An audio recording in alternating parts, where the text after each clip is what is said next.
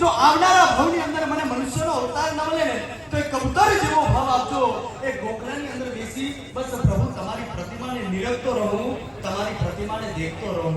નયનો મહી નયનો મિલાવી જીવન વર જોયા કરું ને આપને જોતા પ્રભુ મારા કર્મ વર ધોયા કરું. પ્રત્યક્ષ દર્શને પામવા હું જીવન.